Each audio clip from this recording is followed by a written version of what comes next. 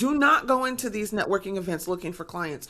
Go into them with an idea of what you need in your ecosystem, what's missing for you, and start there.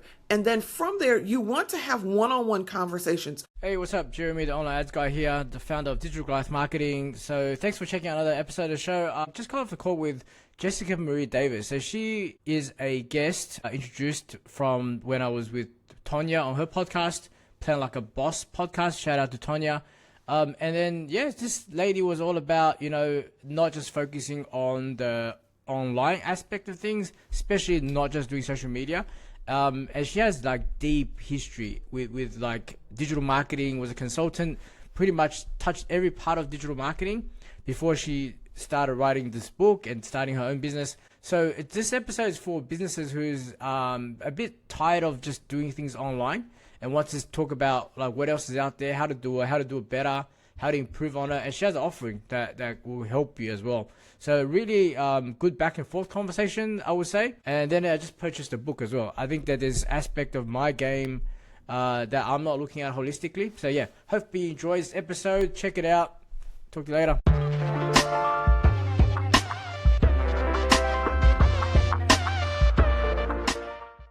Alright guys, welcome back to another episode of Marketing for SMBs. So today I'm joined by Jessica Marie Davis. How are you? I'm doing good. How are you? I'm alright. So she helps founders build businesses that grow through relationships and referrals, not just algorithms. Spent 20 years in digital strategy across corporate, government and non-profit work, and now focuses on helping entrepreneurs build more stable long-term visibility through what she calls ecosystem thinking. Does that sound about right? Yep, that's it. And then you also got a book. Let's start with the 20-some plus years in digital strategy, right? So strategy is a big word in our marketing sphere, right? Could mean anything and everything. And when someone runs out of stuff, we go, well, it's the strategy or whatever. Like that's when they've run out of stuff to say. But having that title, now I'm not trying to like set this up the wrong way, but like having that title from a long time ago as well, plus you do website design and coding, right, for a long time. Yeah, tell us about that. Yeah, sure. So I started my career back in 2001 and worked it solid up until 2024. I started out web design, web development, way back when, it wasn't cool to be doing websites. It was quite tedious. And then I moved into marketing. I like to say that just like some people that have worked everywhere in a kitchen, in restaurants, I've done everything that has to do with digital. I designed websites, I developed them. I've done paid search marketing. I've done SEO. I've done analytics. I was a digital analytics strategist for IBM. I have done, usability, you name it, I've done it. And so what I did is toward the end of my career, I want to say the last 10 years, I was a digital strategist, which means I took everything I knew, went into companies, and I helped them pull together everything they needed to have a digital presence. I helped them build the team of web designers. I helped them with the marketing. I helped them with the analytics, how to measure things, what to look for, all of that kind of stuff. I just took everything I knew and put it into that. Yeah. So towards the end, would you say like you were more of a consultant kind of role? Like more of a manager, because I was still an employee. So more of a manager, digital strategy manager was my title. And so I managed the digital presence of the, various companies, municipalities, even a library system. Yeah, cool. Yeah, nice. So you have great analogies, by the way, about the kitchen stuff. Because even during our pre-call, you had some good ones about the casino and all that. So that's amazing. I think that kitchen part is important because then you know who's BSing you if you done through the whole thing. Yeah, so all right, that's cool. And then towards the end, there must have been was there a catalyst that made you go, oh, this is not for me anymore? Yeah. So I always knew I wanted to get into entrepreneurship. The problem was that the money was really good. Okay. Being in tech, the money is good. And I got I got used to it, but as I kept going, I kept running into various brick walls and, working in corporate, it's not for the faint of heart. And Yeah. so the more pushback I got, I started running into people, having microaggressions and just, Oh, really? I wasn't That's crazy. always Yeah. welcome in all spaces. And I got Got sick you. of it. So Got you. I left. Nice. Yeah, yeah, nice. So then you took everything that well, not everything you knew. You took parts of it you knew and did your own business. Yes. Started your own business. So what was it like, the difference in budget like? Because that's the first thing that hit me, right? I never been to corporate, but the thing is, when I started my ads business, it's like my mentor gave me some clients to get me started, right? So they already were spending money on ads. But then when I went out to look for money myself, like people were shocked at what I'm, not my fee, but like the ad budget they required. People were like, man, we ain't got that money. Like, Yeah. crazy, dude. Like, and you being from like the bigger offices, like 100 grand, 200 grand, 2.5 mil next year is nothing. Right. So what was it like when that transition happened? Yeah. So because I actually used to do ads a long time ago. So circa 2006, 2007, I did ads. I worked for an agency and I had large clients. Yeah. One of my clients, she sold doorknobs. So every time an entrepreneur comes to me and says, what if nobody wants my product? I have to remind them, I had a $60,000 a month ad budget for a woman that sold doorknobs and she made a killing. So there's somebody out there for everybody. But yeah, the budget is it got lower as I, of course, went out on my own. But yeah, the budgets back then were pretty large. Yeah, Pretty and you had large. I guess you had to make that transition as well. Yeah. From Yeah. that as well. Yep. Okay. Yeah, that sounds good. Which brings more towards the as we want to talk about, which is the book. So by the way, JessicaMarieDavis.com is the website. Yes. Right. And Decentering Algorithms, creating and using an ecosystem to gain visibility you need. Right. Gain the visibility you need is the book. Yeah. Yes. Cool. All right. Amazing. So tell us the journey, how you went from like moving away from the day job to entrepreneurship and then having the book game going on. Yeah, so it wasn't linear. I essentially, when I left corporate, I knew I wanted to go into entrepreneurship and I thought I was going to do digital strategy for small businesses. Yeah. And as I was out there trying to build something from scratch, I figured out, okay, this is hard. Like, this is really, really hard when you have absolutely nothing. I had spent years in corporate. I didn't have a following or any of that. Yep. And so as I started trying to figure that out, I wanted to know if there was anything other than social media. Like, what else are people doing? And all anybody was talking about was social media. And as I began doing some research to figure out how the algorithm works, I said, oh, it's kind of rigged against us. Like, it's not meant to help you be found. It's meant to keep people scrolling and keep people on the social media platform. And so here we are putting all this effort into making sure that our reels are perfect and our posts are perfect. All the while, they really don't care. They just want to make sure everybody keeps scrolling. And so the more research I did, it ended up turning what I thought was just going to be a newsletter into an actual almost over 200-page book. Got you. Yeah, I can, from the other side, right? I'm ads, but I'm agnostic. I'm not like a platform puppet or anything. So I think that what you're saying is right, especially with the organic game. There's a lot of like nuances and literature around how to get it better. And I think you nailed it on the head. I think what you said something about like there's no way of getting it right. Yeah. Was never meant to get it right. And I would say the same. Working in ads, I think it's a game of you're really bailing water out of the sinking boat all the time. So you have to keep doing, right? You have to keep creating, you have to keep the game going. And your ads is always on the way to fatiguing, right? Yeah. Because then the platform sees the same ad and they don't like it anymore. And, so you're feeding the thing. And yes, there's money, but especially organic game is a lot less money now. Yes. Then almost nothing. Like, how do people even win on that? So then the book came. Yep. Which is the solution is what in your eyes? It's ecosystems. And so it sounds old school because it is. Just returning back to a time where businesses had a village around them. They had other people sending them referrals, other people sending leads, people talking about your business and your brand in rooms you're not in, sending you speaking opportunities and podcasting opportunities when, so that you're not doing all of the work and the only person talking about your business is you. Entrepreneurship isn't a solo sport. And so you should have other people out there, not just like people paid, not like paid people, but people that know about your business and are pushing your message forward. Yeah, I'm definitely an advocate for that, especially your line about people talking about it when you're in the room, which takes time to build the whole game, right? Like what I do is I'm in BNI, I'm the the hardcore networking where you kind of like got stats and stuff to keep, but not everybody's into that. But I'll say 90% of people are not into that stuff, right? And if somebody's listening and if you can't see her, you should have a look at her. She looks stunning. But just say they don't look like you, they don't sound like you. They've got an accent that, it's not favored or whatever, right? And like, do you still say, look, start somewhere and just do it anyway? Yes. And the reason that I say that is because you have to meet people on a human level.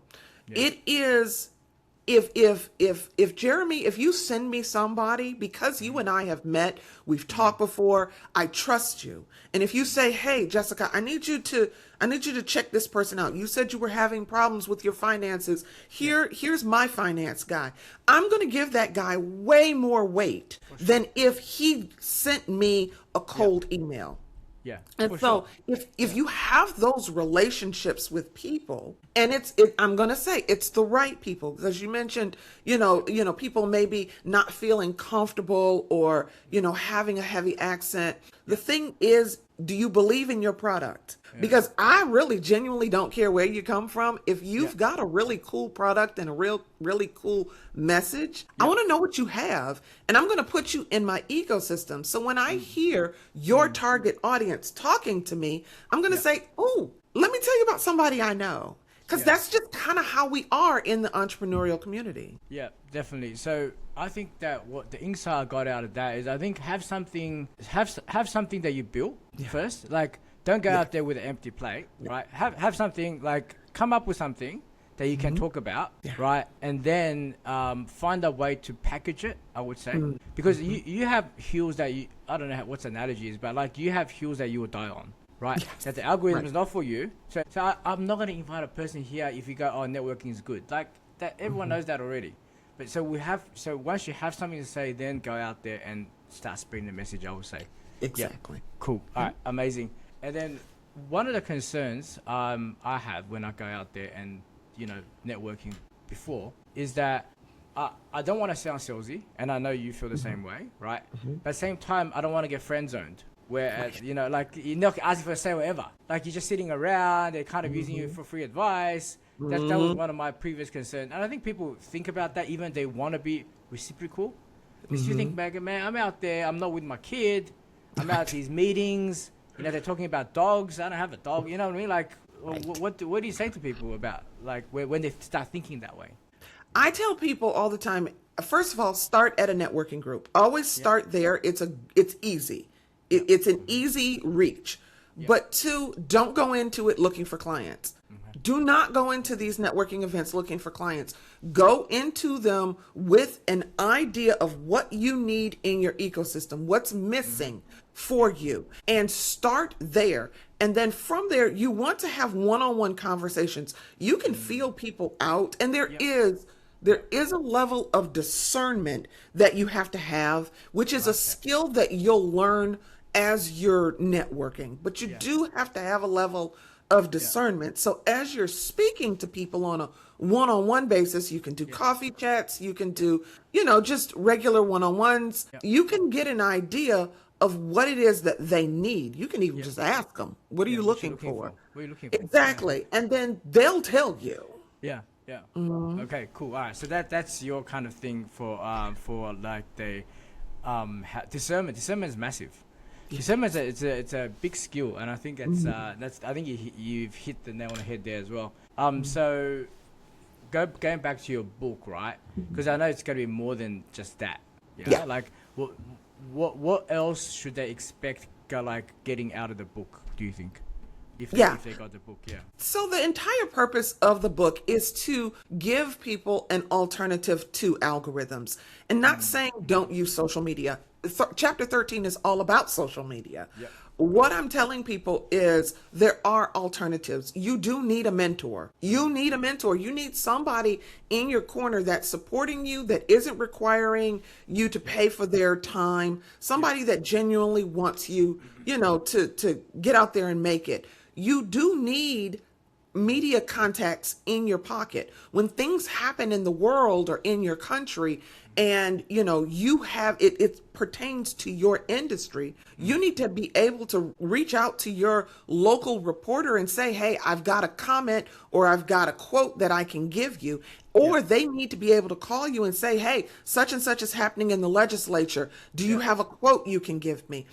Those relationships are so precious and so valuable, and you need to be creating that now, because by the time, if you wait until you need it, they're not going to be there.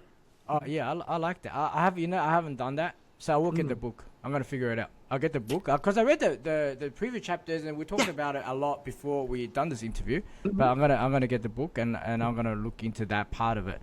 So in terms of the business now side of things, right? So you have the book. You have your huge history, you have your clientele now, and now with your website, and you've been doing websites for a long time, you've chosen to have the packages really clear and priced already. Yes. So that was conscious choice, obviously. You're like, we're not going to hide anything. Like, that's it. This is what we're doing now. Right? And there's many, like, kind of ways of working with you. Yes. Can you talk more about that? Because I think people will be interested. Yeah, sure. Yeah. So I have a program, and it's really a product. So because I am a developer, because I am a designer, I created a database, which is built on top of the ClickUp platform. And what it does is it helps people, similar to a CRM, customer relationship manager. It's called, I call it an ERM, or an ecosystem relationship manager. And it's where you can place all of your people in your ecosystem, the people in your village, everybody that you know, your mentors, your partners, your collaborators, everybody that is holding up your business goes into this database.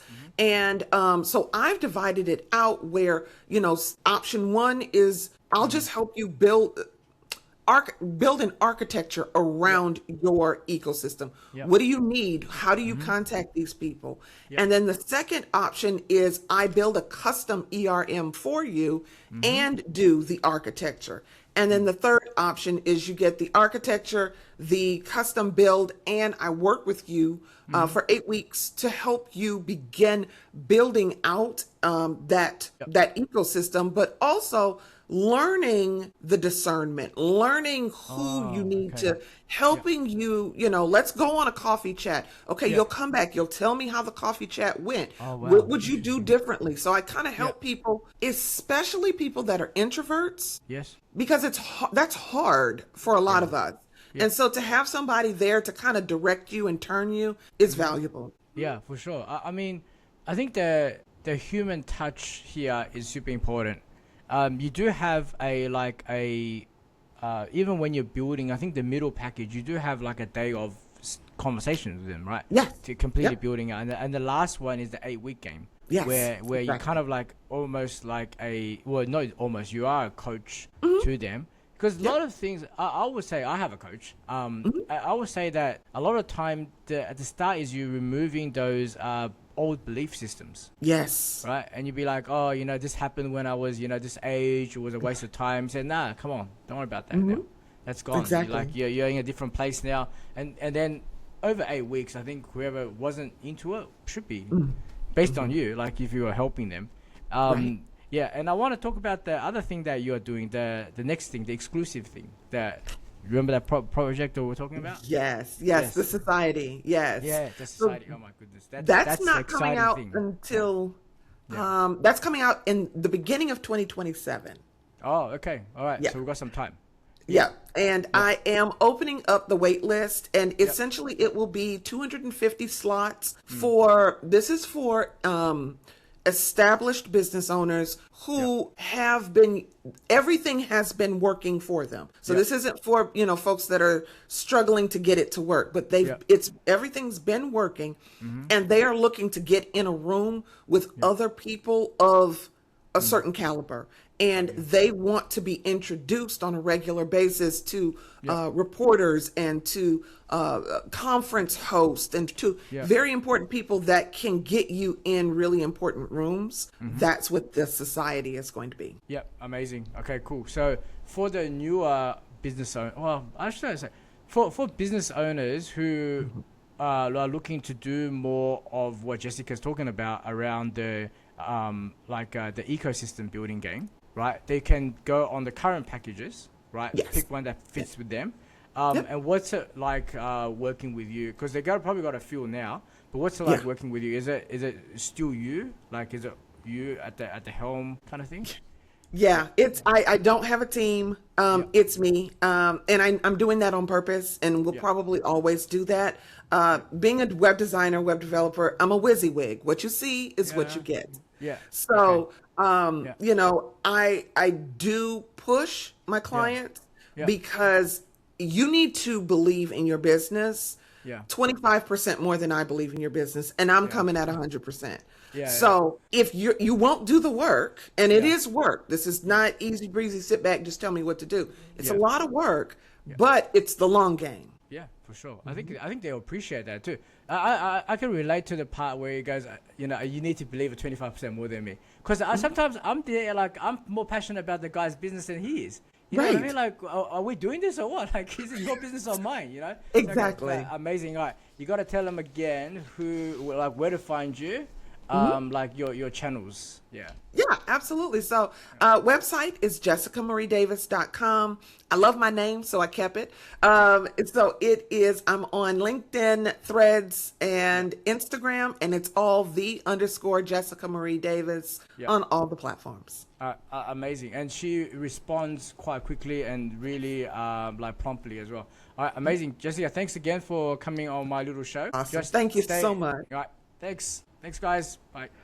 Hey, what's up? Jeremy Yang, the online ads guy here, owner of Digital Growth Marketing. If you found whatever you're watching helpful, you found it interesting, like, subscribe, comment, suggest other topics you think we should cover here. We've aimed to release weekly episodes, helping SMEs with marketing, advertising, talking to professionals about growth, processes, all that good stuff. All right, see you on the next one.